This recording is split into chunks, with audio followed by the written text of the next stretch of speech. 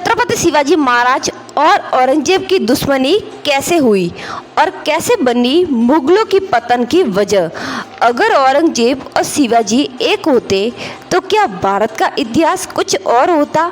आपने सोचा है कि शिवाजी और औरंगजेब की दुश्मनी इतनी गहरी क्यों थी।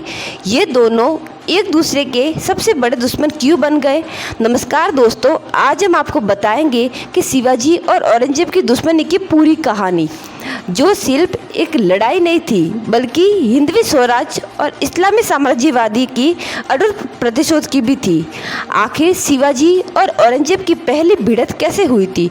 जब शिवाजी महाराज ने मराठा साम्राज्य की नींव रखनी शुरू की थी तो उन्होंने कई मुगल किलों को जीतना शुरू कर दिया था।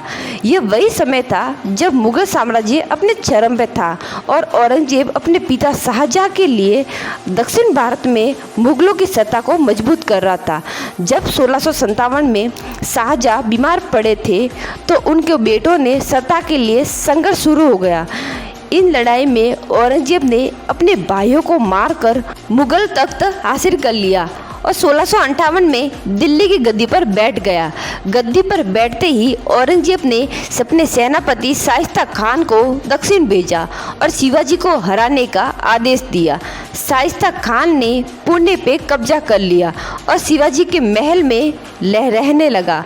शाइस्ता खान को लगा कि अब शिवाजी कुछ नहीं कर सकते, लेकिन शिवाजी ने एक रात अपने 300 सैनिकों के साथ पुणे पर हमला कर दिया। वे सीधा शाइस्ता खान के महल में घुस गए और उसे घायल कर दिया। इस हमले से औरंगजेब आग बबूला हो गया और शिवाजी को सबक सिखाने की ठानी।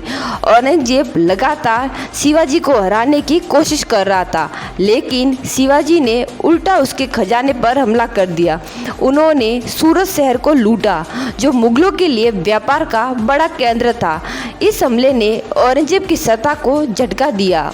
उसने शिवाजी को हराने के लिए जय सिंह और दिलीर खान को भेजा। 1666 में शिवाजी को आगरा बुलाया और औरंगजेब ने चालाकी से शिवाजी को आगरा दरबार में बुलाया और वहाँ उनकी बेइज्जती की। उन्हें बंदी बना लिया और किले में कड़ी सुरक्षा में रखा। आखिर कैसे शिवाजी ने औरंगजेब को चकमा दिया था। शिवाजी ने बीमारी का नाटक किया और फल की टोकरी में छुपकर भाग निकले। ये भारतीय इतिहास की सबसे रोमांचक घटना में से एक मानी जाती है। 1670 में आगरा से लौटते ही शिवाजी ने फिर से गुरिल्ला युद्ध नीति को छेड़ दिया और मुगलों के कब्जे वाले इलाके में वापस जीत लिए।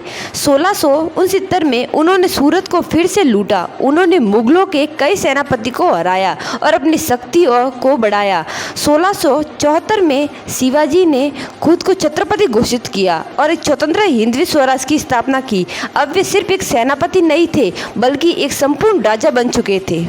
1680 में शिवाजी की मृत्यु के बाद औरंगजेब को लगा कि अब मराठों को खत्म करना आसान होगा, लेकिन संभाजी महाराज ने औरंगजेब को कड़ी टक्कर दी। संभाजी महाराज के बाद मराठों ने 27 साल तक लगातार मुगलों के खिलाफ युद्ध किया।